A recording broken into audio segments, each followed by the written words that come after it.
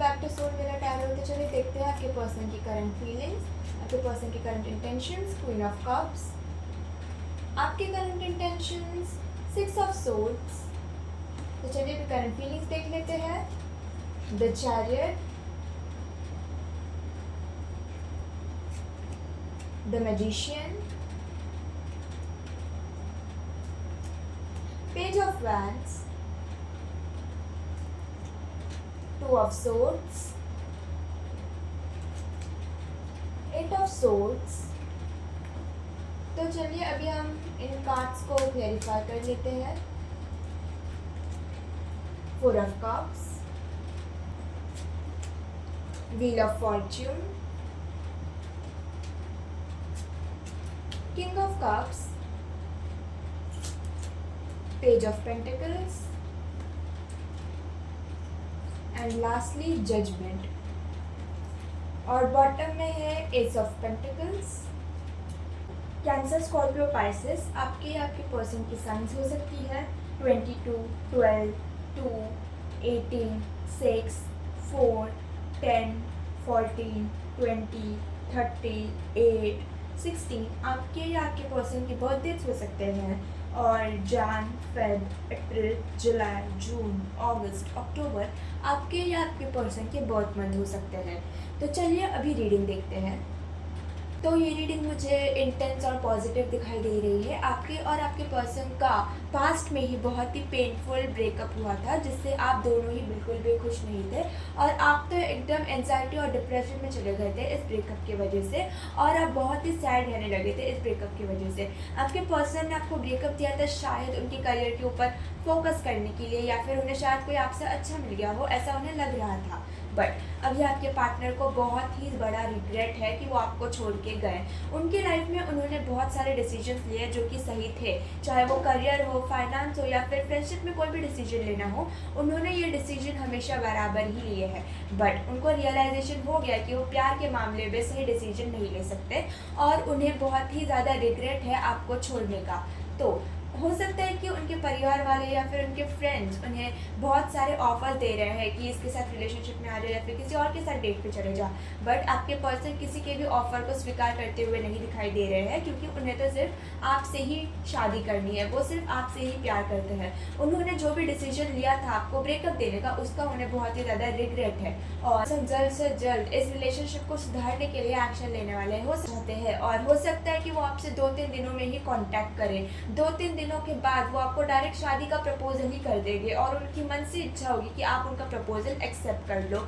वो आपसे प्यार तो बहुत ही ज़्यादा करते थे, बट उन्होंने अपनी फीलिंग्स को हाइड रखा और वो स्पिरिचुअल टाइम या फिर डिवाइन टाइमिंग का इंतज़ार कर। बट आप मुझे बहुत ही ज़्यादा कंफ्यूज दिखाई दे रहे हो, क्योंकि आपके पर्सन ने आपसे ब्रेकअप किया था और आप इस चीज़ से बहुत ही ज़्यादा हर्ट थे।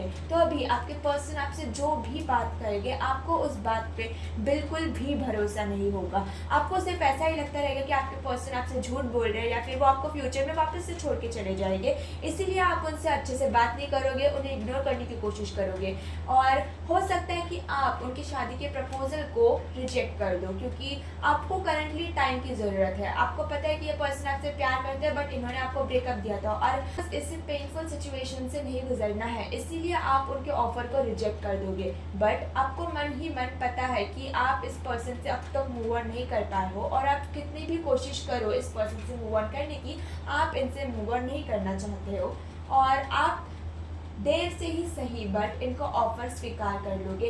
आपको करंटली हीलिंग की ज़रूरत है और टाइम की ज़रूरत है। अभी आपको आपके ऊपर फोकस करना है और जानना है कि क्या सच में ये पर्सन आपसे प्यार करते हैं, क्या सच में आप इनको डिज़र्व करते हो, कि क्या ये आपको वापस छोड़ के चले जाएंगे। ऐसे बहुत सारे क्वेश्चंस हैं और आपको इन क्वेश्चंस की क्लैरिटी चाहिए, इसीलिए अभी आप आपके पर्सन से टाइम मांगते हुए दिखाई दे रहे हो, बट फाइनली आप उनके ऑफर को स्वीकार कर ही लोगे।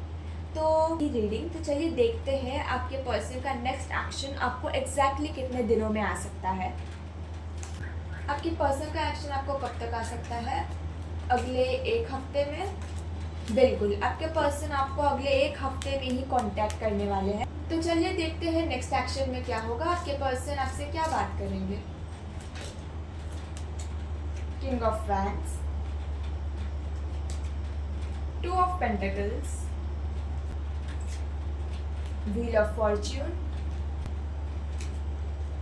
Strength, High Priestess।